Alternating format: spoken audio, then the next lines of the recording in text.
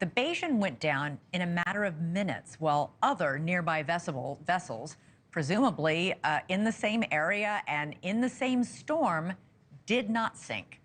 Joining me now is Captain James Staples. He's a U.S. Coast Guard instructor with 43 years' experience at sea. He's commanded hundreds of voyages through Sicily's Messina Straits.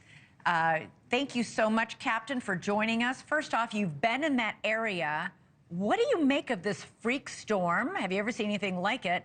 And what do you make of this yacht going down in a matter of minutes? Well, freak storms, it was known that there were thunderstorms in the area. So whether that was freak, I wouldn't consider that. I would be looking at what the captain had been listening to, seeing if he was looking at the weather maps, what other information he could have gathered from the other yacht captains who were around him. There were advisories. There were advisories of bad weather. If the captain ignored them, is that a factor in these potential crimes? Oh, absolutely. You should never ignore any kind of bad weather. If you've got bad weather in the area, you've got to make sure the vessel's seaworthy that can handle any type of bad weather. So, you know, to not do any type of action, then yeah, he would be negligent. This yacht had the tallest mast in the world. Could that have been a factor in this kind of weather? Well, I'm sure anything could have been a factor. What we want to look at is what were the preparations made for this vessel when it was at anchor? You know, did the captain have protocols he had to follow? Did they have a watch, you know, standing by for weather? What was the condition of the vessel as far as seaworthiness? She has doors that are open to the sea that allow for small boats and skidoos and that type of stuff to be on and offloaded. Were those secure? So those are the type of things we need to be looking at. Go ahead. You know, as an investigator, that's the first thing we look at. Is we want to look at the seaworthiness of the vessel. Was it something that was caused by human error?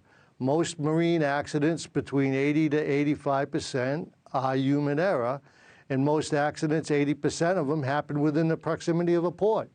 5 of the victims were found in one cabin. Does that tell us anything about how this unfolded, about whether the crew warned these passengers or woke them up? Well, this happened at 4 or 5 in the morning, so they were obviously they were woken up suddenly. And from what I understand is they went to the high side of the vessel as the water was probably intruding. So, you know, that's the fear of flight, and that's what they got into the closest room they probably all could get into. They thought they'd be safe, and they weren't. I know that you heard me in that intro. The manufacturer declared this super yacht was unsinkable. I can't even fathom why anybody who manufactures yachts or boats or ships of any kind would declare any vessel unsinkable after the Titanic, but it was. Obviously, it's not unsinkable. No, no vessel's unsinkable. You know, a vessel won't sink if it's, again, in the right seaworthy condition. You know, everything's buttoned up. She had watertight compartments if they were all closed, and they didn't have any openings in the hull through a catastrophic event, you know, a mast collapsing or hitting a rock or something like that. She won't sink. Yeah. But if it isn't seaworthy, then the vessel's going to sink. And this vessel definitely had a catastrophic event that allowed a lot of water to get in real quickly, so we need to find out why that happened.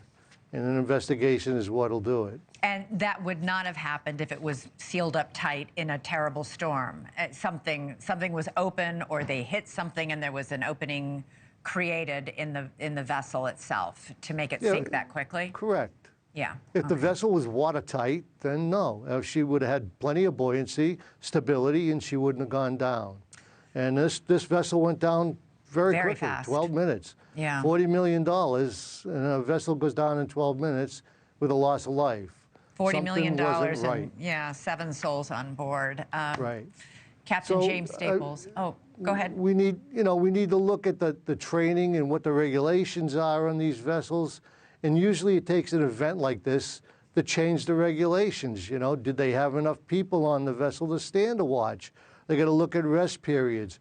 We also got to look at the relationship between a captain and an owner and a captain. Yeah. You know, I mean, so it's a difficult situation for a lot of these captains to be on these vessels when the owner's there. Right. You know, giving orders themselves.